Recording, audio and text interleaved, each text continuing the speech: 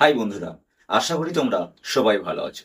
আজকে সব থেকে সহজ একটা জিনিস আমরা শিখে নেব। আচ্ছা বলো তো, অন কাকে বলে? অন আমরা কোথায় ব্যবহার করি? অন মানে কিন্তু উপরে, তোমরা সবাই জানো।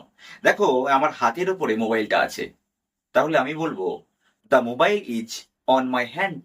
দেখো, টাচ করে আছে, লেগে আছে, আমার হাতের সঙ্গে টাচ করে আছে, একে বলবো আমরা অন। এটা ওপর। যদি এই হাতের ওপরে থাকে কিংবা আমার মাথার ওপরে থাকে, ওপরে আছে কিন্তু টাচ করে নেই, তখন আমরা বলবো the mobile is over my head.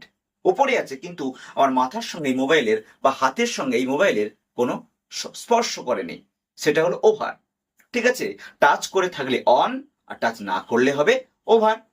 এবার বলতো আন্ডার কাকে বলে? দেখো, আন্ডার কিন্তু টাচ করবে না, আমার হাতের নিচে থাকবে কিন্তু টাচ করবে না, তাহলে কি বলবো আমরা? The mobile is under my hand. না, বুঝতে পারছো না? The mobile is under this table.